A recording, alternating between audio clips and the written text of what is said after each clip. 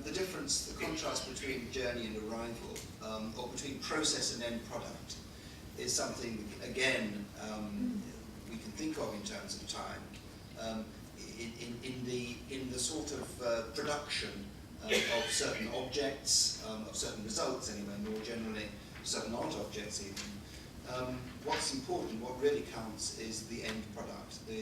People are not so concerned with how whole lamp painted.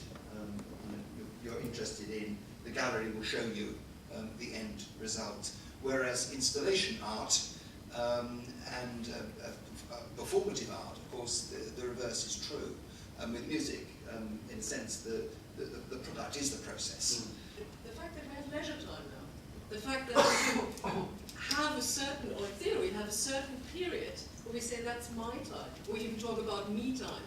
So that's something people never had before. And that's probably a positive outcome. Does that do us good, to have work time and leisure time separated? Possibly not, but people before. Absolutely not. Possibly not, but the fact that we can ask for leisure time, that we even have the luxury to say we only work in theory 8 hours a day, the fact that we can have that dedicated time to ourselves, which we then fill with other aspects of time, of course, immediately again, is something which didn't exist before. Socially determined or socially engaged. But isn't that what Peter said before? Isn't that a matter of choice? Well, yes, but look at the choices that people actually make. If your leisure time involves you with mobile phones, or involves you with listening to music, or whatever it is, playing sport, whatever it is, all those are very intensely social things. Even going to an art gallery on your own, you are dependent on some sort of prior social engagement to produce the, we work in museums, we know what that's about. It's an intensely social activity. The distinction between work time and leisure time is not the same as the distinction between time involved with other people and time you've got of your own, my time. But what about time to do nothing, or time, spiritual time, contemplative time? I mean, we had a speaker in one of the discussions earlier, someone in the audience who said, I'm a teacher in a Christian school, and we have time out during the day for prayer. And is this something, he wasn't recommending that we all had to have Christian prayer in our lives, but he was making the point that there used to be dedicated time in the day, which is time outside the hurly-burly, where you had a sense of contemplation, a sense of perhaps silence, a sense of connecting with something larger than the material world and so on. Is that something that we have lost and could regain? Incredible luxury. But there are moments, and I've grown up in central London, so actually, and I think central London is a huge sense of the seasons, by the way. But it is a choice, and I don't know whether it has to be equated to religious practice, but there are places and times, without sounding like Walter de la Mare, that you can stop and stare and not look at anything. I was just about to say the same thing. I think it is very much a matter of choice whether I fill time, a period, whatever we want to call it, with social activity, or whether I just say, okay, I'll go somewhere and I think. That's one of the most important things I was ever told on a management course. And that's exactly what you said, stop and stare. We all rush around badly, and we never take time, well, probably all of you do, but I don't really, take, quite deliberately, time to just reflect and think. And that is what I find so immensely empowering. Thinking that we always have to rush, that we have to fill our time with something. When I watch people in the morning, most of them have iPods. There's something happening all the time. I find that immensely disturbing, and it makes me really nervous having to listen to music all the time. Or you mentioned the heartbeat. And what I also observe, and I do that for fun quite frequently. Now, much of my work is about time, but quite frequently, I just take my watch off and ask myself, where roughly during the day do I think I am? And I'm normally 5 minutes spot on. And that I find quite amazing. I find that actually quite encouraging, that it's not a skill I'm training, I just have that. And we've all have this kind of inner clock, which I'm sure you have the same thing when you wake up, when you set an alarm clock for days after days at the same time. You Don't set it on the weekend and bang, you wake up nevertheless. Yeah, you've sort of touched on it briefly, all of you, I think.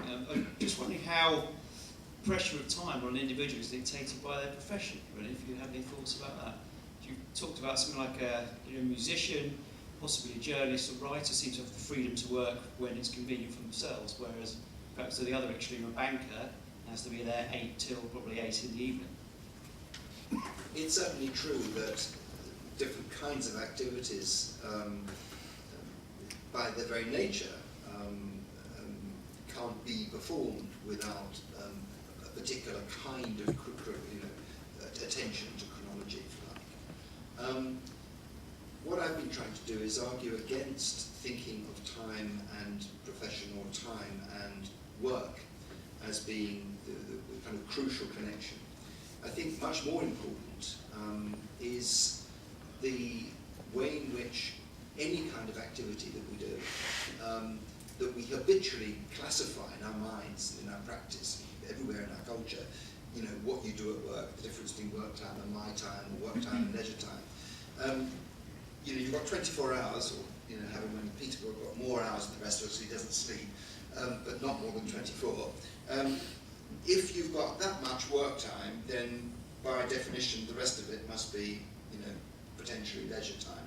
Okay, for most of us, if we take sleep out of it, then what we must recognise is that whatever profession we're in, if we're working more hours and we're going in earlier, not taking our breaks as we're supposed to under health and safety legislation, none of us really ever did.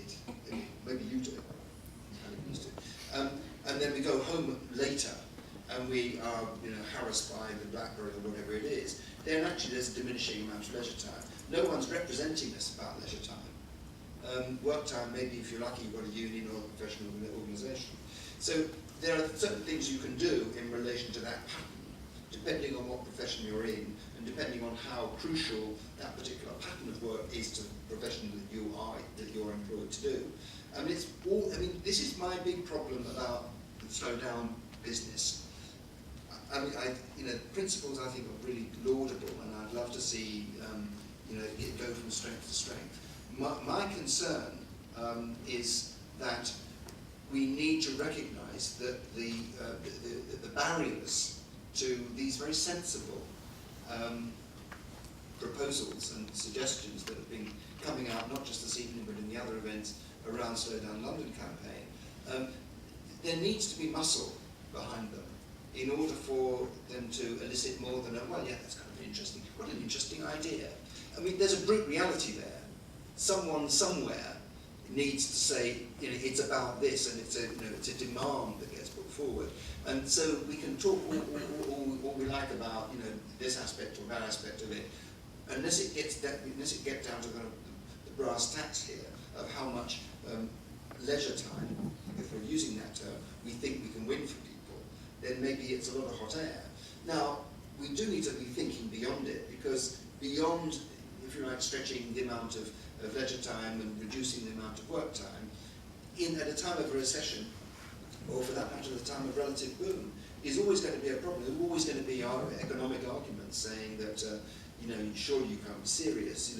This country, will be going to the dogs if we allow people to slow down to the extent that they want to. So that's why it's important to recognise that the real issue is the whole of life, and not just the work element of it. That we want to do something, perhaps, about the whole of our lives, and not just the work or the professional side of it.